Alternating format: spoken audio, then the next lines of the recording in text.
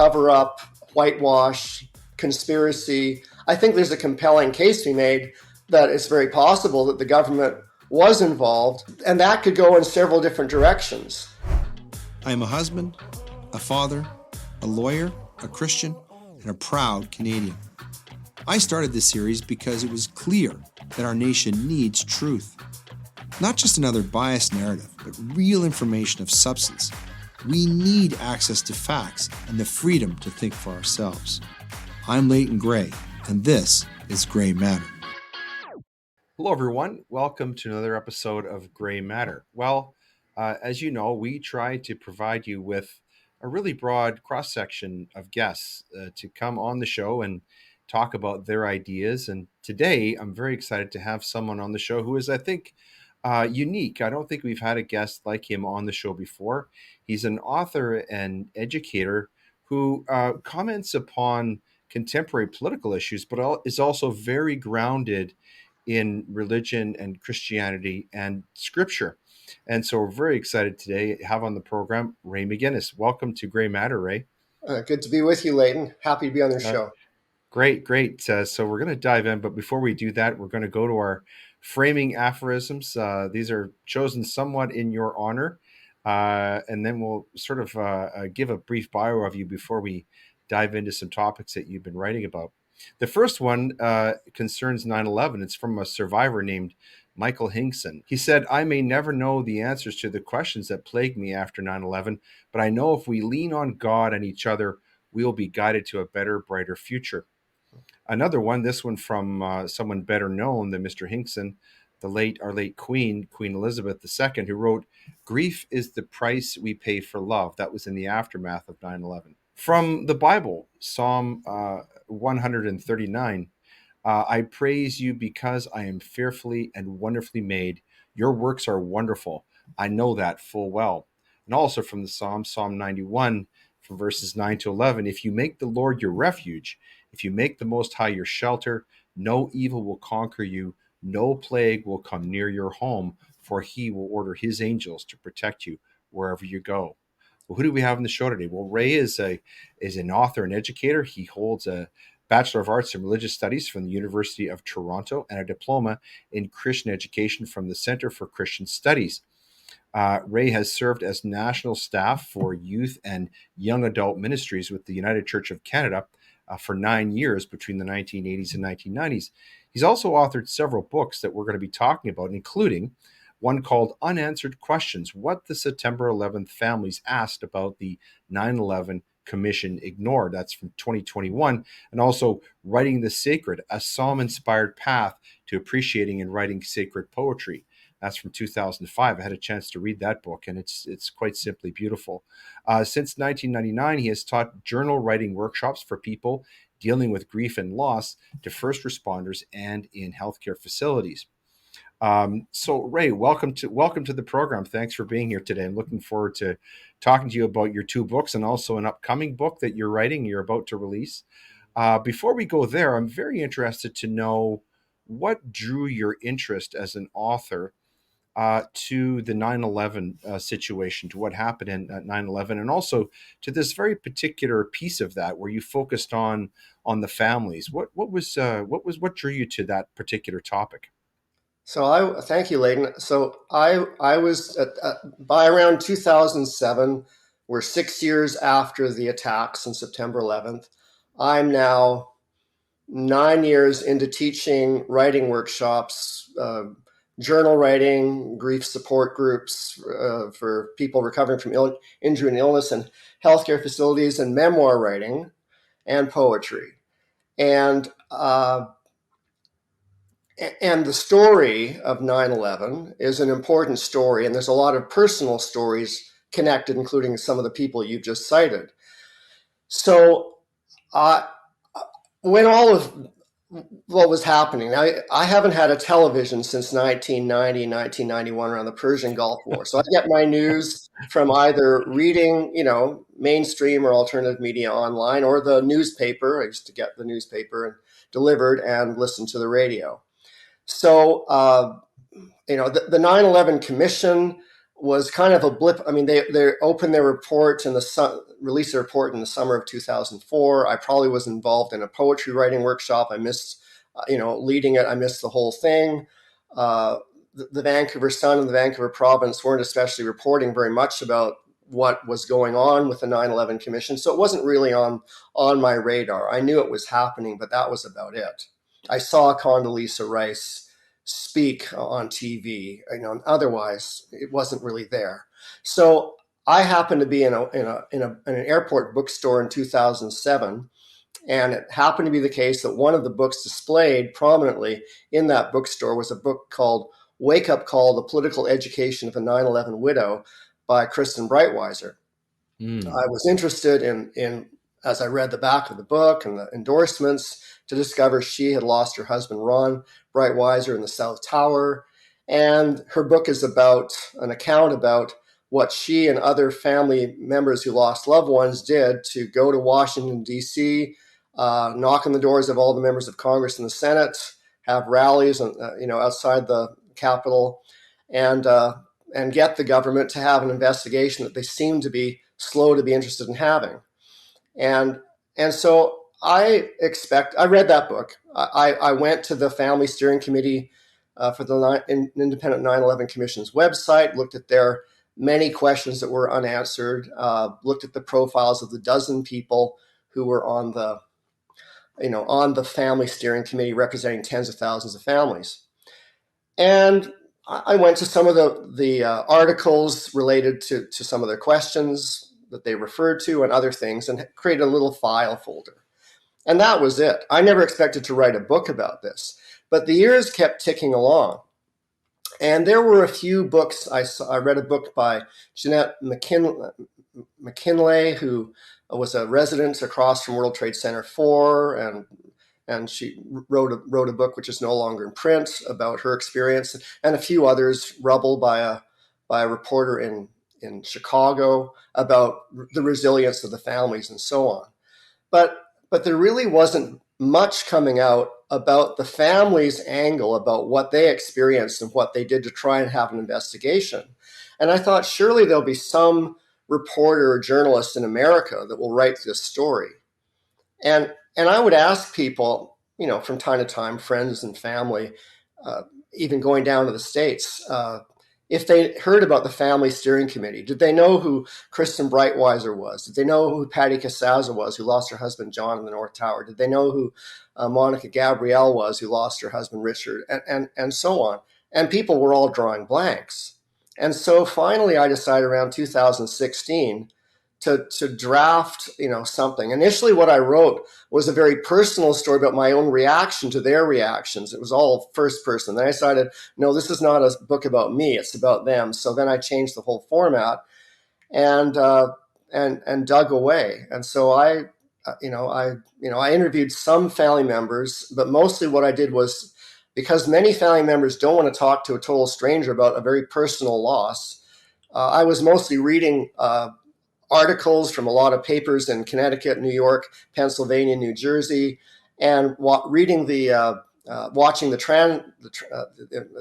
live broadcast from C-SPAN of the 9/11 Commission with the testimonies of family members and other people. So that's what led me to write the book, and to also write the book knowing that, from what I can tell from published statements to the press, of the 12 people who were on the Family Steering Committee, the majority voted for President Bush. So this was not a bunch of family members who lost loved ones who were Democrats that headed out for the administration.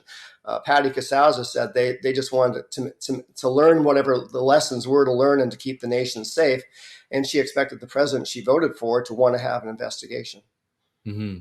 And, some of what you learn in the course of writing that book made you question the commission's findings, right? I mean, you found that some of its findings were dubious, and actually some of the findings of the report actually raised even more disturbing questions. And you talk about this in the book. Without giving the book away, do you want to talk about that a little bit, about what you discovered when you took a really close look at this commission's findings? Yeah. So you've got the way that the reluctant president and vice president decide, okay, we'll have a commission. And the first thing they do was appoint Dr. Henry Kissinger to head up the commission. Oh, yes. So the family members on the steering committee arranged to have a meeting of Dr. Kissinger's offices on Park Avenue or Madison Avenue. And it's early December of 2002. And they all come in with their winter coats. He turns up the thermometer to like 86 Fahrenheit. And, they're stripping off their coats and sweaters and so on. And they want to make sure he's the right person, doesn't have any kind of conflict of interest and so on. And at one point, after he's serving them, coffee and here's some little cookies and stuff, Lori Van Auken says, Dr. Kissinger, we just want to make sure you don't have any conflicts of interest, that you don't have any clients by the name of bin Laden. At that point, as they tell the story, Dr. Kissinger was pouring coffee and kind of, poured it off, onto the coffee table and onto the carpet. He practically falls off the sofa and the next day resigns from the commission. Yeah. So you've got that. Then you have Lee Hamilton, who's ends up being named as the co-chair together with Tom Keene. And Tom Keene happens to be involved in the consortium that's hoping to have a pipeline across Afghanistan.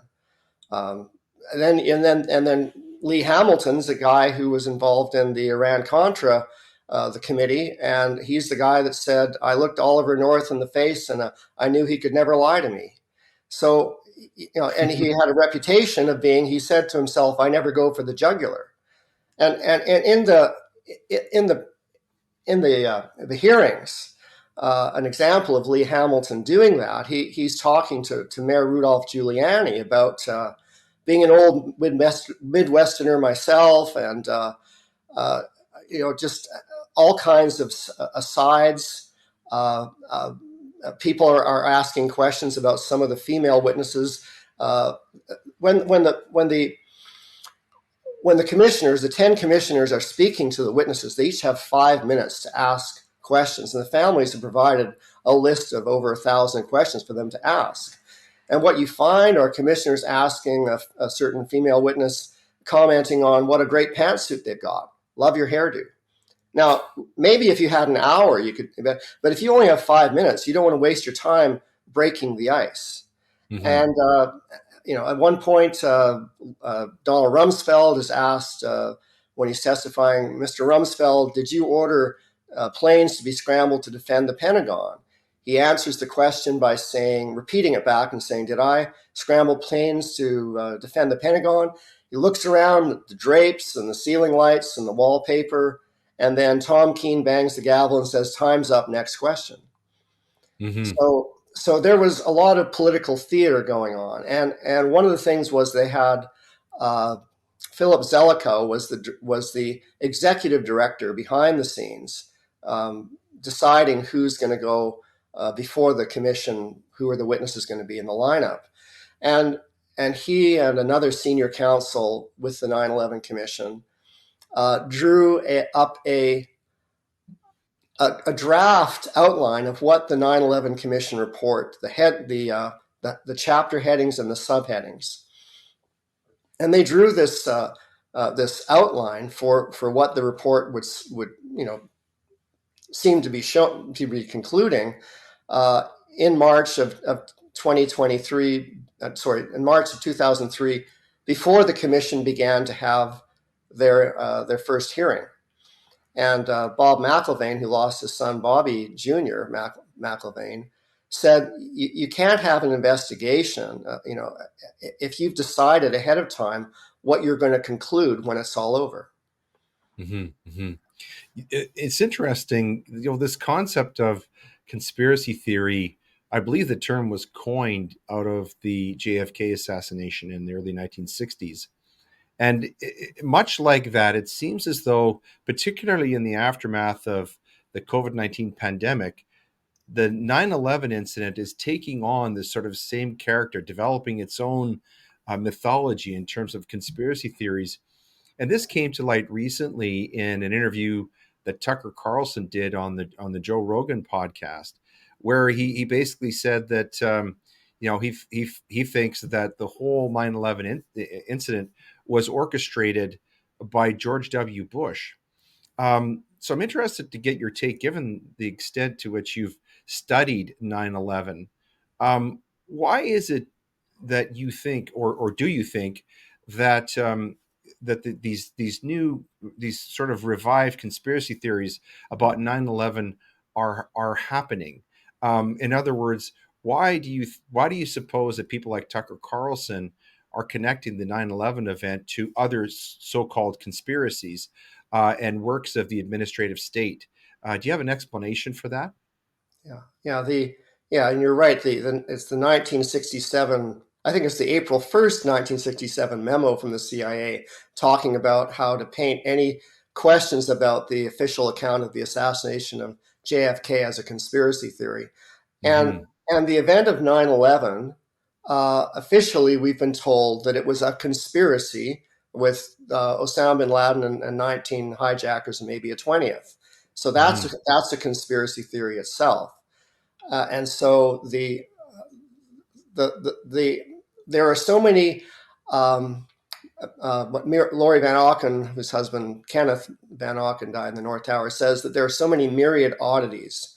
There are so many coincidences of what all seems to happen on the same day that it's hard to believe that all of these things would just coincidentally seem to happen. Um, you've got hijackers who are from Saudi Arabia. Normally, there's a process where people have to fill out a visa entry program. And instead, you have people filling out incomplete forms. What year were you born? 1878. Where will you be staying? Answer, no, and so on.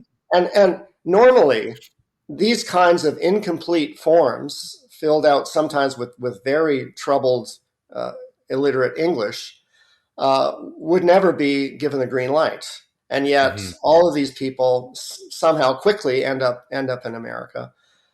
You've got there is the report of explosions in the buildings. So I in the Twin Towers and in the seventh tower, number 7, and there on I think the 12th of August 2005, the New York Times released the transcripts of 503 first responders that went into the buildings to rescue people. And I began reading those around 2010, and I think I took one a day because some of them were 80 pages, some of them were 18 pages, but it's a lot. Some of them were heavily redacted, some of them were not.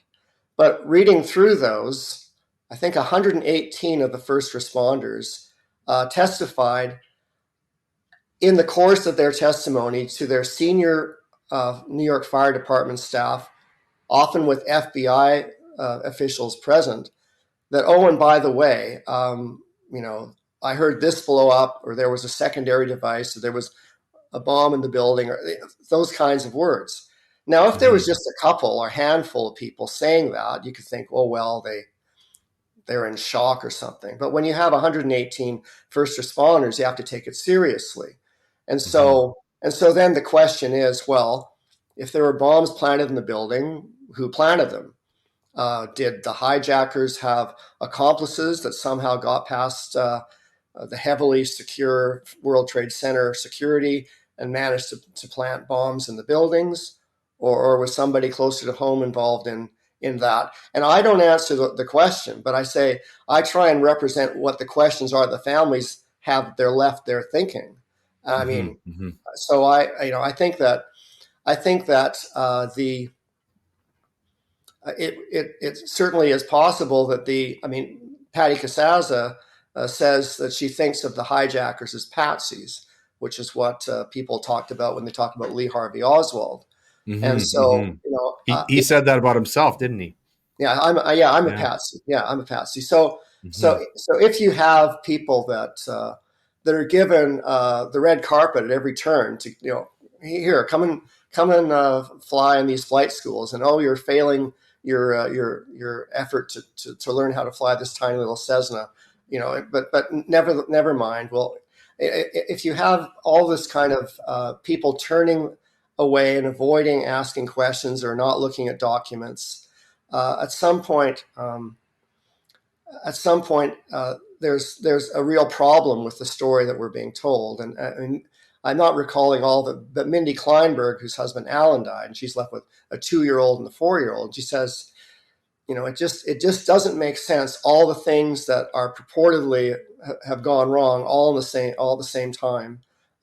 America's air defense completely collapsed with their disregard of all their protocols of normally successfully history since the 1950s. Anytime a plane flew 2 degrees off course, it was very quickly, within 8 minutes or so, Mm-hmm. intercepted, and with pilots on either side with their wings tipping, indicating that the pilot and the plane, they have to come down to the nearest airport and see what's going on. Maybe it's Mm-hmm. a malfunctioning devices on the screen, whatever is going on, and Mm-hmm. yet on this day, 4 for 4, the military missed it. So Mm-hmm. yeah, so and the thing is that with the 12 people who were on the family steering committee, I would say 3 or 4 are satisfied, having gone through the whole commission, are satisfied that the official account is legit. Mm-hmm. I'd say another 4 or 5 would be saying that they think that there's a cover up. Maybe people let it happen, or that there's incompetence on a grand scale and heads should roll and people should have been fired. I mean, what happened with everybody who clearly blew it in terms of the FBI headquarters being notified about the 20th hijackers? All the people in all the key positions got promoted. Mm-hmm. So Yeah. For me, one of the things, Ray, that strikes me about 9/11 is that I see 9/11 as, in some ways, presaging what we experienced during COVID-19 in terms of suppression and really vitiation of fundamental freedoms. I can recall, just anecdotally, I had a friend right before, I would say in the spring of 2001, right before the September attacks, and he was going off to Barbados on a trip. And he was kind of an eccentric guy, a lawyer friend of mine. And I said, "Bring me something back." And of course, he brought back a machete that was used for harvesting sugarcane on the island of Barbados. He brought that back on the plane with him, yeah, yeah. in a handbag, of course. And then I remember the first time that I went through airport security after 9/11, and I had just done a drug case. I had defended someone who he was acquitted because the police had performed basically an illegal search of him, of his person, and they found drugs illegally without properly informing him of his rights. And then here I am getting on a plane, and I'm going through a search that was much more exhaustive and intrusive than what my client had done. And it seems to me that in the aftermath of 9/11, we were somewhat conditioned to accept a suppression of fundamental rights and freedoms in the name of safety, in the name of public safety. And of course, these searches, I think, are quite pointless, and they're still going on. But it seems to me that that was the beginning of sort of conditioning us to agree with government, with the state, to sort of suspend our individual rights and freedoms in the name of safety and security. Would you agree with that take on things, or do you think I'm taking it too far? No, I think that's correct. I agree with you, and there is a connection between what was happening around that time with what we've been going through recently. Mm-hmm. You may remember just after the uh, the 9/11 attacks, there were reports of anthrax arriving in the mail at Right. NBC Yes. headquarters. So, Mm-hmm. the uh, several key senators uh, who received Tom Daschle, and I forget the Patrick Leahy from Vermont, who happened Mm-hmm. to be the 2 people that were responsible for slow walking the Patriot Act that the president wanted to be passed with all the surveillance and all the Hmm. all the apparatus of. The new Department of Homeland Security, right? Yeah, yeah. Yeah. So these two people, Leahy and Daschle, just happen to be the people that received these anthrax letters with these, with this, death to Israel, Allah is great, and so like, why would terrorists be interested in in encouraging the institution of the Homeland Security, like.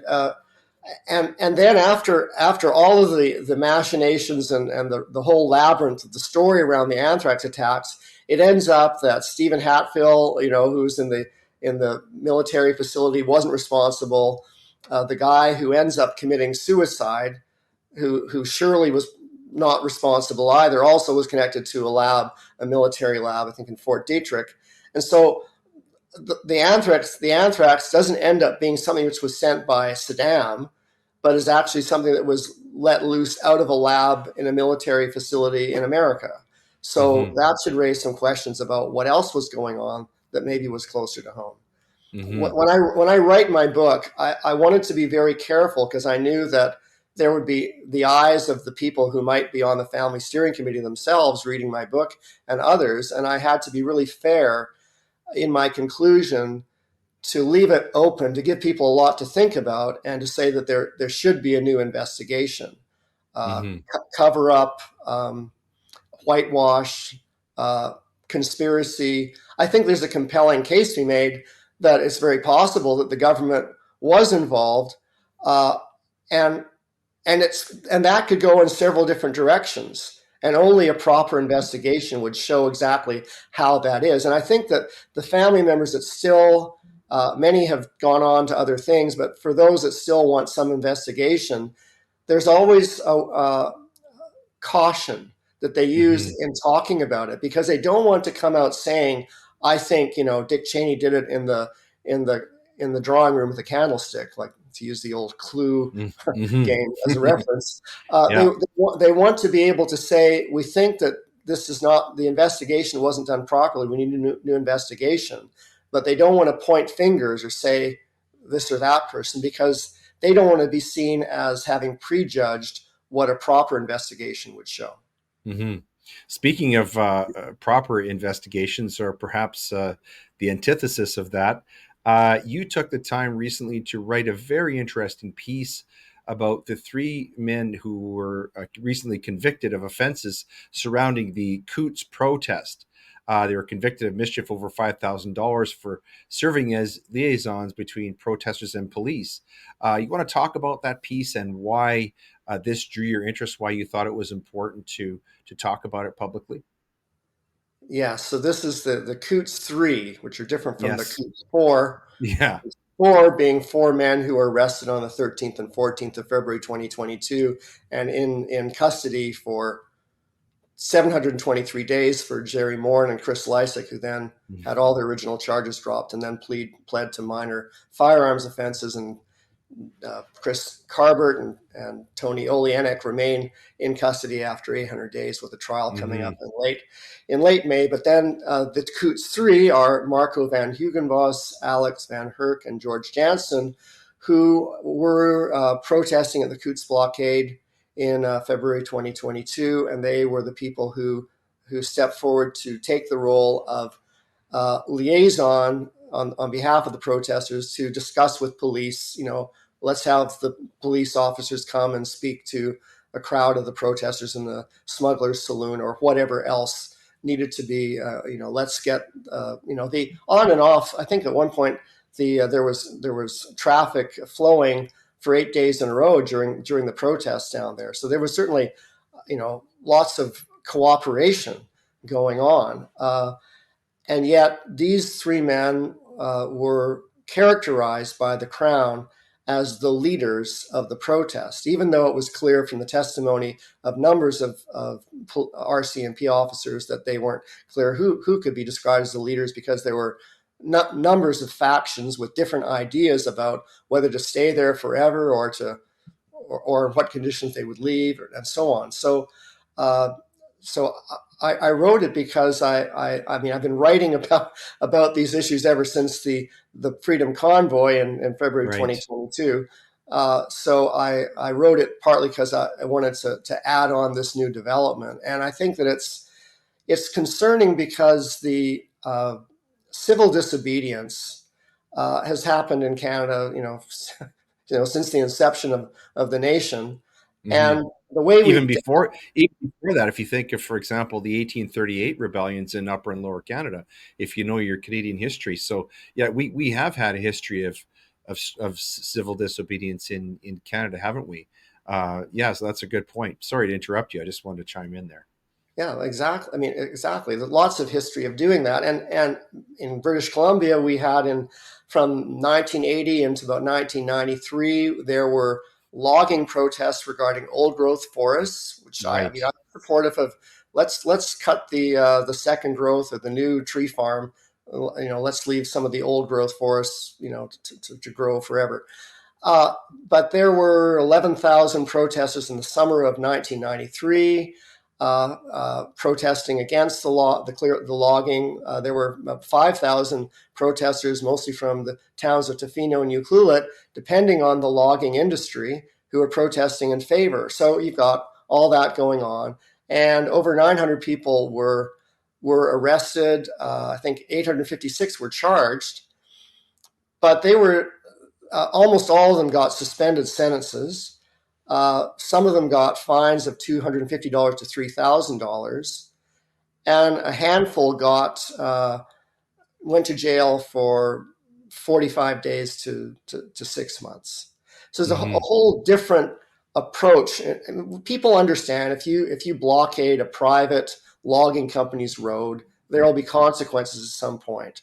And Marco van Hugenbos was on an interview with Trish Wood on her podcast saying he understands Right. that I saw this. yeah, if you block a highway at some point, someone's going to say you've got to stop doing this. Hmm. And yet, in early January 2020, up until mid March of 2020, there were protesters who blocked national rail, passenger and freight service on CNCP, Highway 6 in Ontario, and chock a block of ferry terminals out in the West Coast. And throughout all of that, Prime Minister Trudeau said, "Well, we have to have dialogue." Hmm. And so it seems that if a person was to go and protest something, which then involves doing something which is illegal, like blocking a road or a rail service or a ferry service, you can't know for sure what the government is going to do about that. Except, I suppose, if you think the government will tolerate your protest, or if they don't like your protest. If it Hmm. pleases them, that's fine. If it doesn't please them, then you're going to be in their crosshairs. Yeah, this is an excellent point because if you take, for example, the pro-Palestinian protests that we've seen in Canada and the United States and elsewhere, this is a very good example. I was looking recently at what's happening at Columbia University near New York. And what's peculiar about that is of course, these people who ostensibly are supportive of a free Palestine, a state of Palestine, they're there, they're camped out. But Ray, they all seem to have the same tents. Like there's a tent, there's sort of a tent community there, but they all seem to have bought the same tents. And these protests look very much like the BLM protests that occurred in 2020, which just happened to coincide with another presidential election. And the protests in Canada seem to have the same flavor. There's almost a corporatist flavor to these protests in terms of the signs and the level of organization. It doesn't look anything like the Freedom Convoy or what happened at Coutts.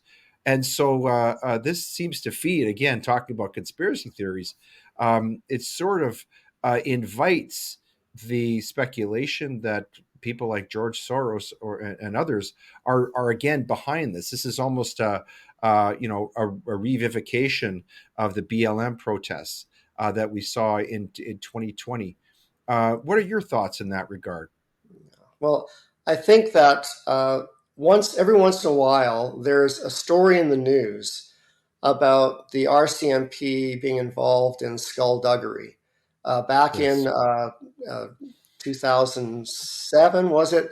There was an economic summit of the G7 or G20, I forget which, and there were protesters regarding global interests, and the most aggressive of the protesters got arrested, and lo and behold, they all had police issued police boots, and they were agent provocateurs. So Right. so you've got that. We had a situation in 2013 in Victoria, where a provincial parliament, there was apparently allegedly a plot to blow up part of the legislative buildings, and then it turned out that the two ne'er do well, uh, people on welfare with not an awful lot of skills had been coached by a number of RCMP officers, and that as many as 240 RCMP officers were involved in this file to Mm. nudge along the That's plot. shocking. That's You know, shocking. Yeah. and the judge in British Columbia said in 2018 that there are enough actual criminal activities going on that the RCMP should be involved in investigating, and that they shouldn't be Mm. involved in hatching plots. Yes. Absolutely. Yeah. Well, I follow your X page closely, Ray, and you posted something recently that caught my eye, and I wanted to ask you about it. You wrote, you were talking about the World Health Organization treaty that's coming up, the pandemic treaty. And you wrote that once upon a time, the World Health Organization was funded by nations. Now it is in the hands of mostly private interests with an agenda. Of course, this is in the context of both Canada and the United States signing on to this treaty. And now, recently, there are rumblings, serious rumblings, that the Biden administration is about to declare a climate emergency. And of course, under that pandemic treaty, a climate emergency would be considered a health emergency. And this would cause, again, worldwide lockdowns, much like what we saw with COVID, and perhaps worse. So you've been following this WHO pandemic treaty. What is it about this that you find very concerning? Yes, I think it's in Article 13 of the treaty that talks about how governments, like if the World Health Organization declares a world pandemic, then all of the mechanisms, all of the foot soldiers proceed from the World Health Organization. That no nation that signs on to the treaty would be making their own calls regarding what they think they need to do within their own Hmm. borders. And Hmm. so I read something quite recently that said that maybe the WHO has had to take Article 13 out, but I can't. It's just a hopeful report, but I don't know if that's the case. But I think that with clearly Bill Gates Foundation has been involved in funding, whatever it is, 70-80% of, Hmm. of the WHO, which is, I'm not somebody who was spending much time wondering about the budget of the World Health Organization over these decades. I would just assume that it was simply an international body with nations contributing funds. So it's quite a surprise to me to find out that there are private interests, powerful private interests that want to drive agendas regarding vaccines and other things. Hmm. Well, it certainly feeds the conspiracy theories about, a global cabal, an elite wanting to take over absolutely everything. But if you were planning to do that, it seems that the COVID-19 pandemic proved that this would be that a health emergency would be an effective mechanism. So it certainly is cause for concern, particularly when you see the continuing encroachment upon individual rights and freedoms that we're experiencing in Canada today. And in that regard, I want to ask you about something called Bill 367, which would which is has been brought into the House of Commons by the Bloc Québécois, but I suspect sponsored by the Liberal Party of Canada. It seems to be the eye of Sauron of all evil that's going on in Canada. But essentially, what Bill 367 would do is it would remove an exemption that exists in Section 319.1 of the Criminal Code of Canada. And this is an exemption for people such as pastors and priests or imams or whatever who would talk about things like gender ideology, traditional marriage, things of that nature, by quoting from scripture. And currently there's an exemption in the criminal code for those who quote from scripture and talk in this context. But it seems that this new bill would remove that exemption, so that if someone were quoting from the Apostle Paul's writing about traditional marriage, in discussing, for example, gay marriage, that would become, in Canada, hate speech and criminal conduct punishable by imprisonment. Is this of concern to you? Yes, I mean, how far will this go? I mean, there are some small Protestant denominations where, at least in the past, they have followed the injunction that women shall all wear hats on their heads when they're in church. I mean, Mm-hmm. would they see that as hate speech? I think that when you end up having non-elected people in positions of power making decisions about what they think is hateful, that's very concerning, because Mm-hmm. uh, there can be all kinds of reasons why somebody might find it convenient to have this or that person silenced, or put behind bars in order to get to where they get the brass ring they're reaching for. Right. Uh, Yeah. and if we, I want to add too that this is all part of a kind of catastrophizing scenario where we are forever, as a general public, caught, or meant to be running around after the Chicken Littles uh, of Ottawa tell us the sky is falling, Mm-hmm. regarding climate change, regarding all numbers of things, or to scare us with strategies of tension Mm-hmm. that get us on edge, so that every day is like, we're waiting for the next shoe to drop. And if you Mm-hmm. have society in that constant state of apprehension and anxiety, I know friends who are actually seeing therapists to help them cope with the news. And Mm-hmm. so if you have people, they're no longer in their best states of mind. They're not thinking with a calm, clear, relaxed perspective on things. And instead, they're anxious, frightened, angry, and Mm-hmm. easily agitated, and that's not healthy for our population. And I think that unfortunately we have, having been to the 9/11, not the 9/11 Commission, but the Public Order Emergency Commission for a week, and listening to different people speak about the protesters and the anxiety that oh my God, the protesters have children with them.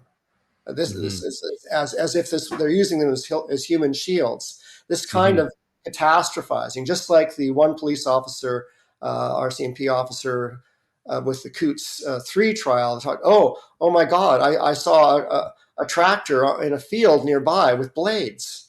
And Mm-hmm. I mean, anything then can be, oh my God, I saw somebody walking with a milkshake. I thought might explode. I mean, anything can become scary if you're of a mind to be catastrophizing about everything you look at. Mm-hmm.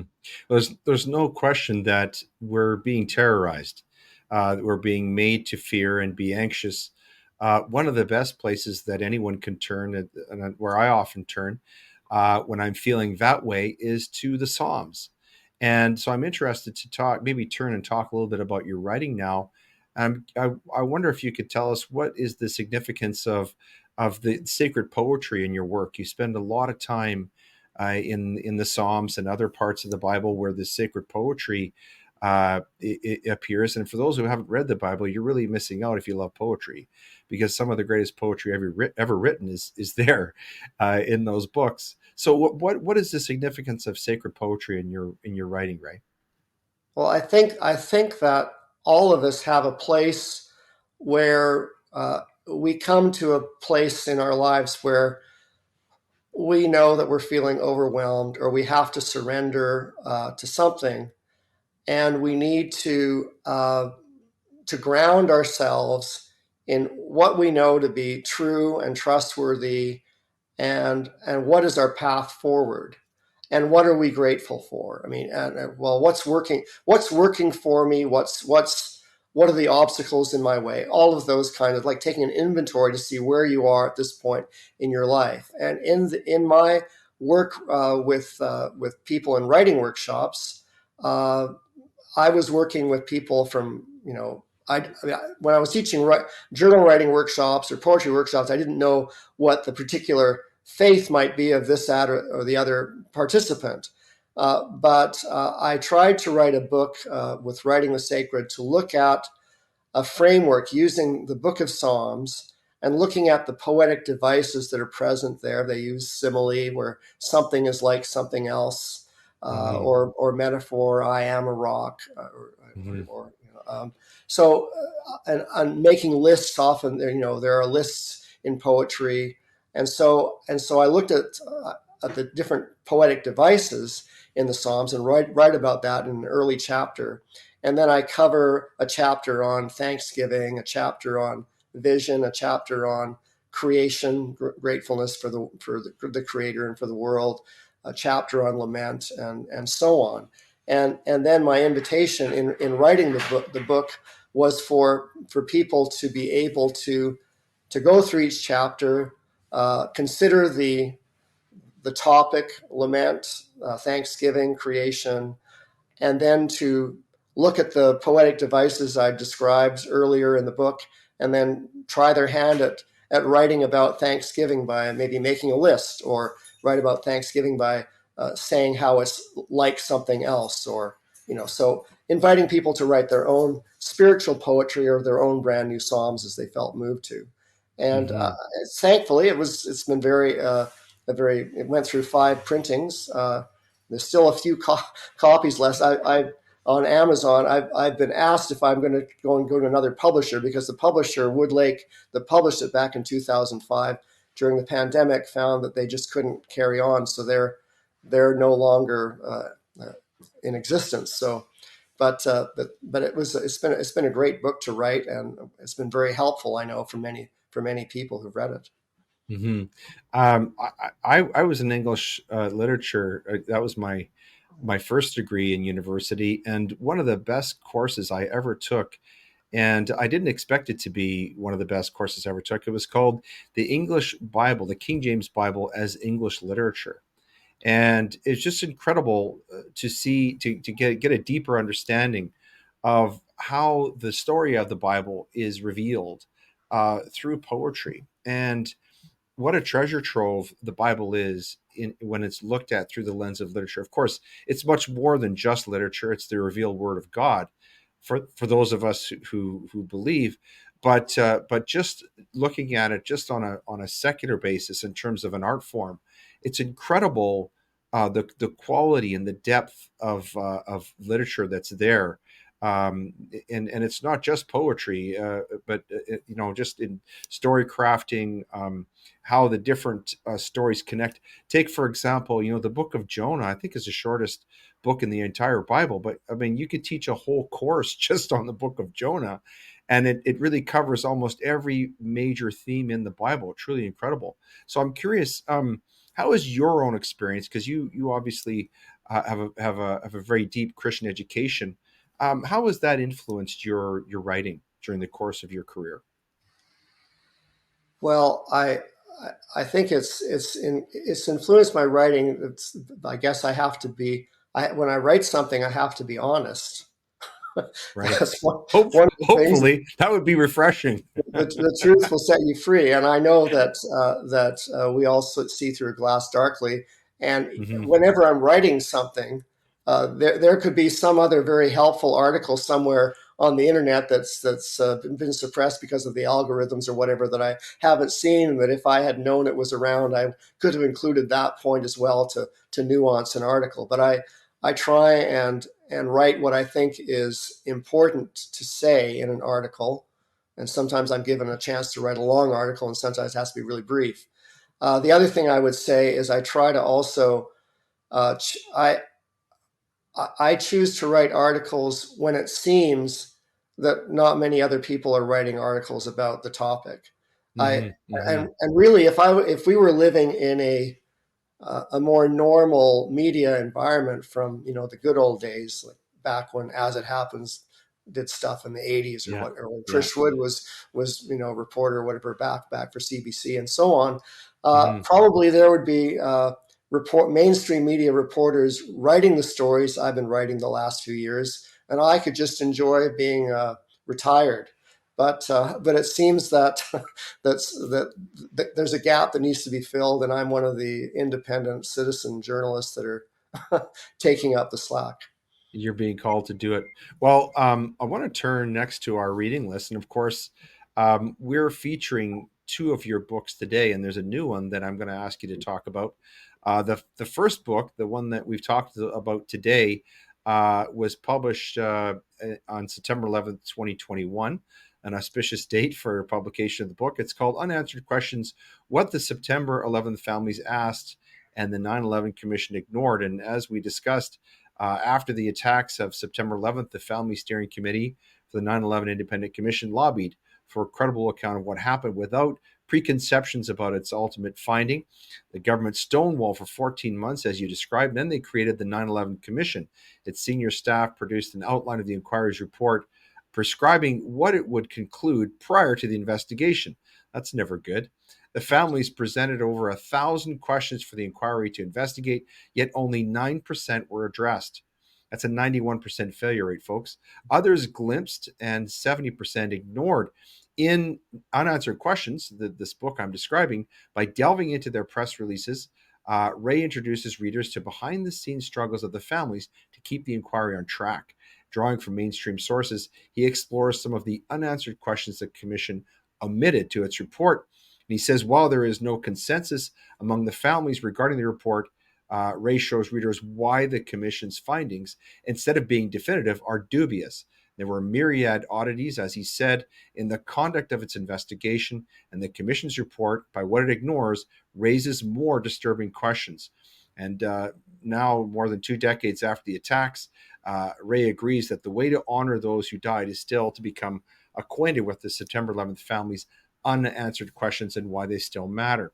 The second book, the one that Ray was just talking about, is entirely different, but really fascinating and a beautiful book.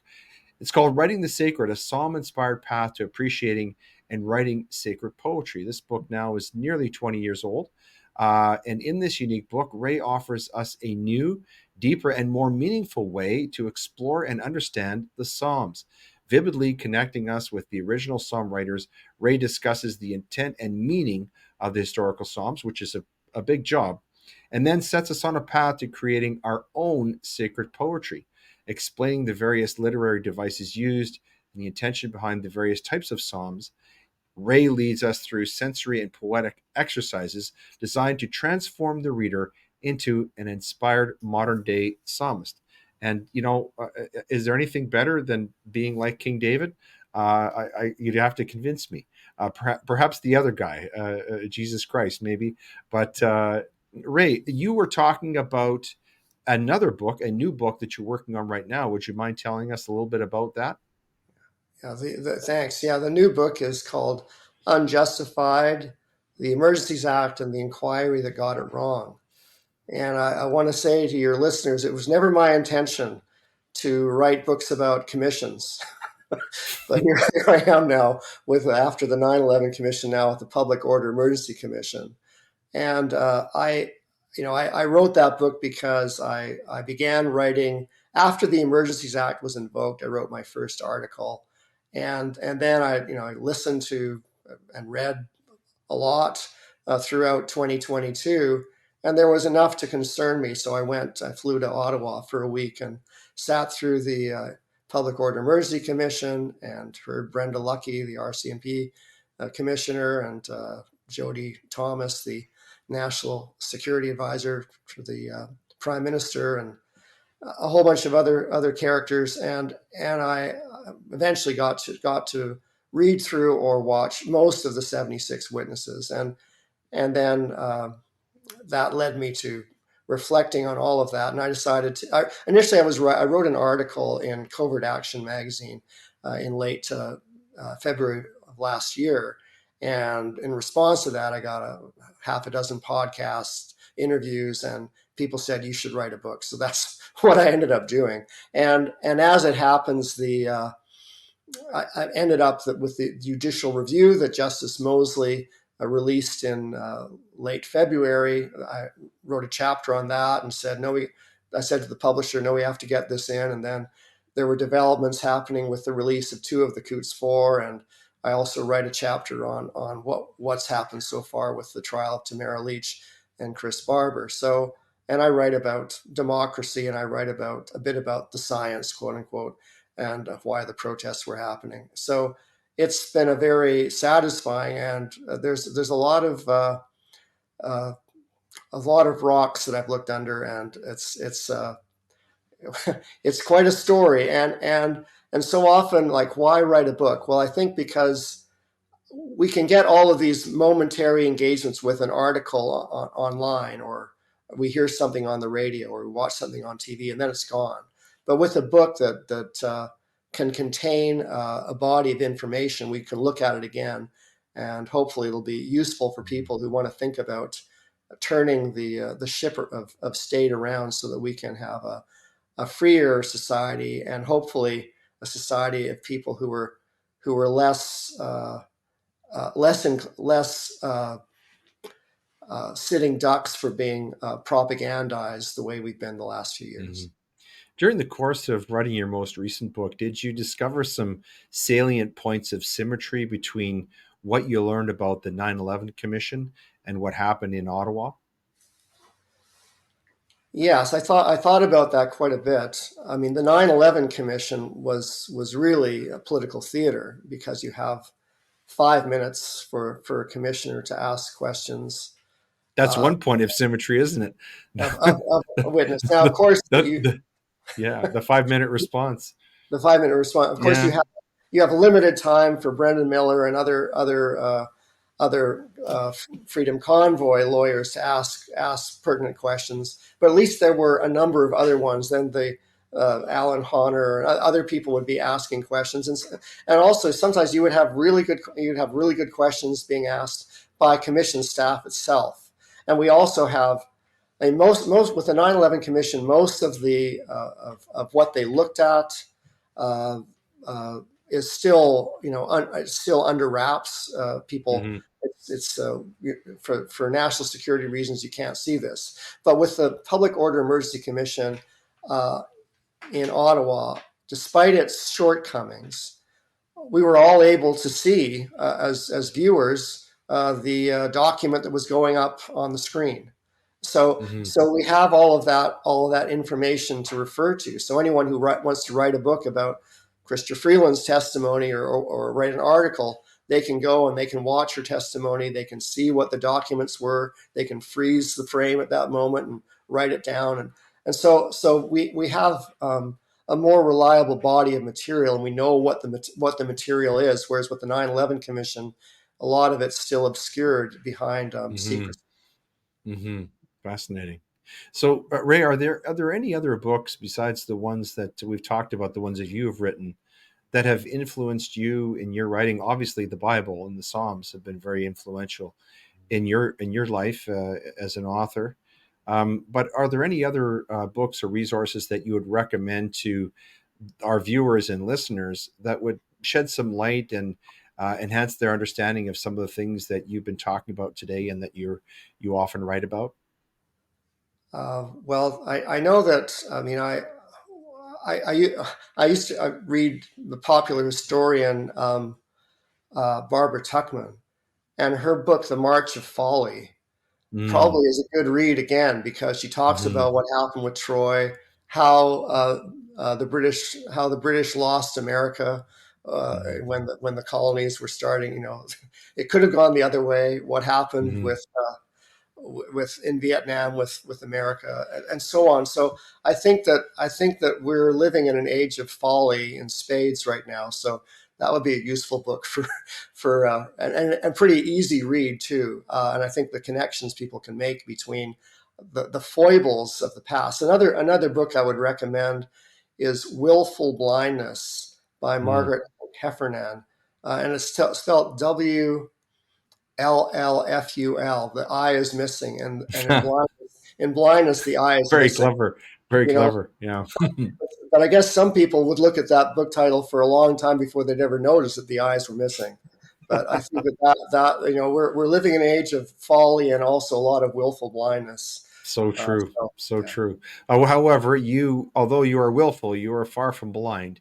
I would say that you're one of the more insightful people writing books in Canada. We're very grateful that you're doing it. And we're also extremely grateful that you took the time to sit down with us today to get to know you and your work much better, because we're all better for it. So thank you so much for being our special guest today here on Gray Matter. It's been a pleasure. Really good to speak with you today. Thank you.